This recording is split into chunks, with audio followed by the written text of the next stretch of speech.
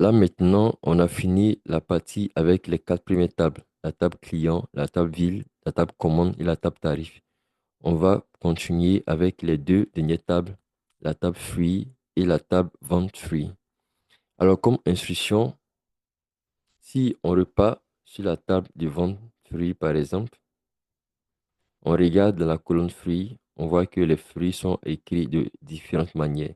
Banane, banane en majuscule ici, banane avec deux N, A, ainsi de suite. Donc, les fruits sont écrits de différentes manières. Ce sont des erreurs de saisie. Et comme instruction,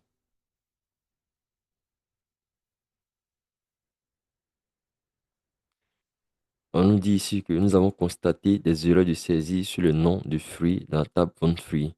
Et ce qu'on vient de voir. Alors, pour identifier toutes ces erreurs, nous allons croiser les deux tables pour voir quels sont les fruits vendus dans la table vente fruits qui ne sont pas dans la base fruits. Alors, donc, normalement, la table fruits, c'est ici la liste officielle des fruits correctement écrits. Et là, la table vente fruits, c'est la table des ventes où on va choisir un fruit dans la table fruits et renseigner toutes les données de vente, comme le mois de vente, le nombre de cartons vendus et le magasin. Mais ici se trouve que les fruits ne sont pas correctement écrits conformément à la liste officielle.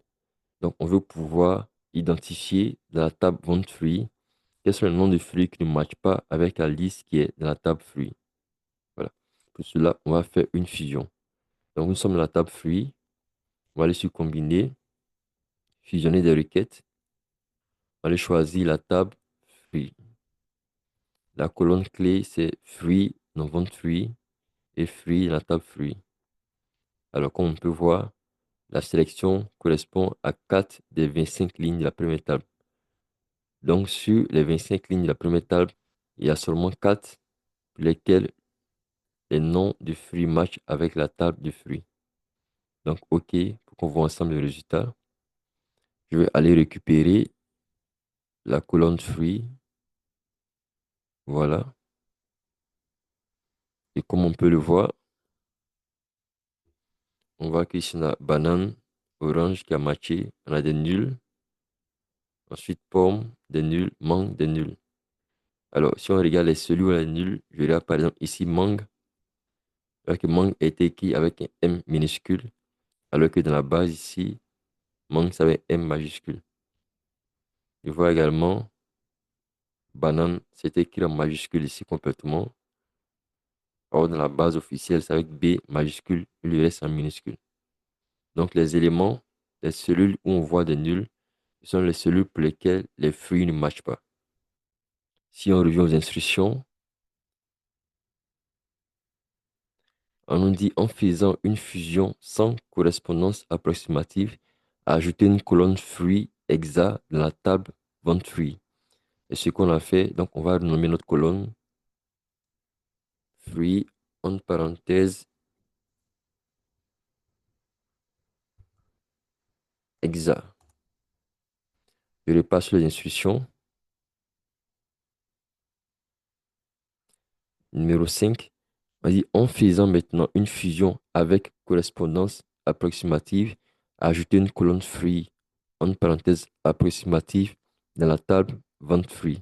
Alors je repasse sur la table fruits. On va faire maintenant une fusion avec correspondance approximative. Alors comment ça se passe? On repasse sur combiner, fusionner des requêtes. On va choisir la table fruits. On va sélectionner la colonne clé. Et comme on peut voir ici, utiliser la correspondance approximative. Alors, je vais cliquer dessus.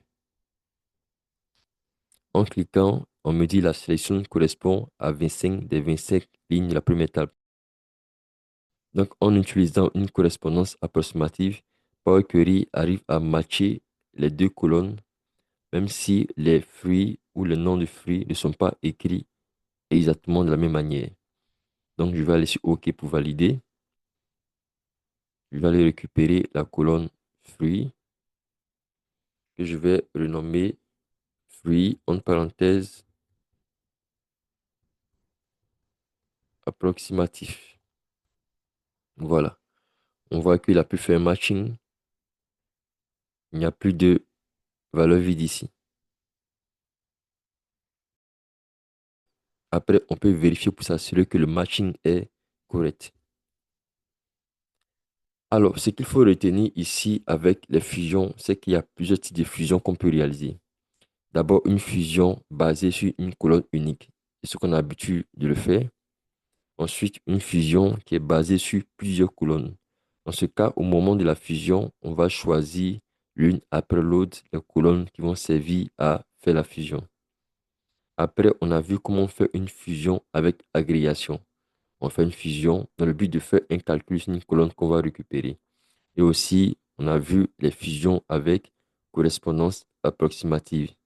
Ce sont des fusions qu'on réalise pour pouvoir matcher des colonnes qui n'ont pas exactement les mêmes valeurs. Voilà ce qu'on peut dire sur les fusions.